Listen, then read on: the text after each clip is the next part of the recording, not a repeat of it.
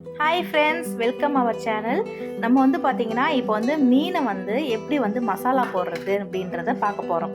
நீங்கள் பாருங்கள், இது வந்து பார்த்திங்கன்னா என்ன மீனுமா இது?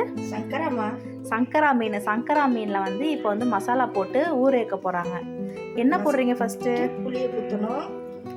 புளியை கரைச்சி இப்படி மேலே ஊற்றுறாங்க. இது வந்து எங்கள் ஊர் ஸ்டைல். இது பாருங்கள். அப்புறம் இஞ்சி பூண்டு போடணும். இஞ்சி பூண்டு போடுறாங்க. அப்புறம் மஞ்சள் பொடி போடணும். மஞ்சள் பொடி வந்து நீச்சு நாத்தெல்லாம் போகிறதுக்காக. அப்புறமேட்டு மிளகாத்தூள் போடணும். கொஞ்சம் கேசரி பவுடர். ஓகே, கலருக்கு.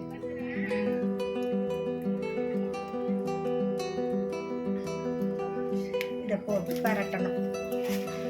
இந்த பீச் ஓரத்துலலாம் வைப்பாங்களா? இந்த மாதிரி தான் செய்வாங்க. இதான் செய்வாங்கம்மா. இதை ஊற வச்சு ஒரு 10 நிமிஷம் 20 நிமிஷம் ½ அன் ஹவர் கூட ஊற வைக்கலாம். ஓகே. ஊற வச்சா மீன் நல்லா மசாலா ஏறி நல்லா இருக்கும். இதே மாதிரி நீங்கள் ட்ரை பண்ணுங்கள். உப்பு, மிளகாத்தூள், மஞ்சத்தூள், உப்பு, இஞ்சி பூண்டு பேஸ்ட்டு, புளி, கேசரி பவுடர் போட்டு நல்லா ஊற வைக்கணும். ஊற வச்சுட்டு இந்த பொடிலாம் போடுவாங்களே, அது பேர் தான் கார்ன்ஃப்ளவர் மாவு. அதெல்லாம் அதுவும் போடலாம். மீன் உடையாத இருக்கும், சென்டாட்டம் இருக்கும். வாங்க, இப்போ என்ன போடுறீங்க? அரிசி மாவு போடுறேன். கொஞ்சம் லேசாக முறுமுறும்புக்கோசரம். பொறுன்னு இருக்கும். பொறுன்னு இருக்கும். மீன் உடையாத இருக்கும்.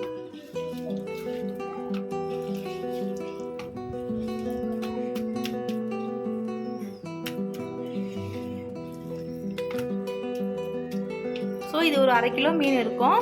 இந்த 1/2 கிலோ மீனுக்கு இவ்வளோ குவான்டிட்டி போட்டால் மசாலா நல்லா இருக்கும். டேஸ்ட் கொடுக்கும் மீன்.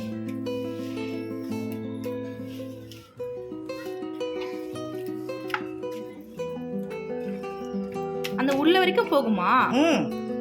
மீன் நடுவில் கட் பண்ணியிருக்கீங்க. ஆமாம். ஸோ உள்ள வரைக்கும் ஃபுல்லாக இது வரும்.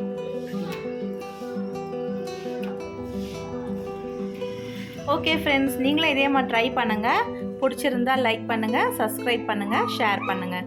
டவுட்ஸ் இருந்தால் கமெண்ட் பாக்ஸில் கமெண்ட் பண்ணுங்கள். பாய், டாடா.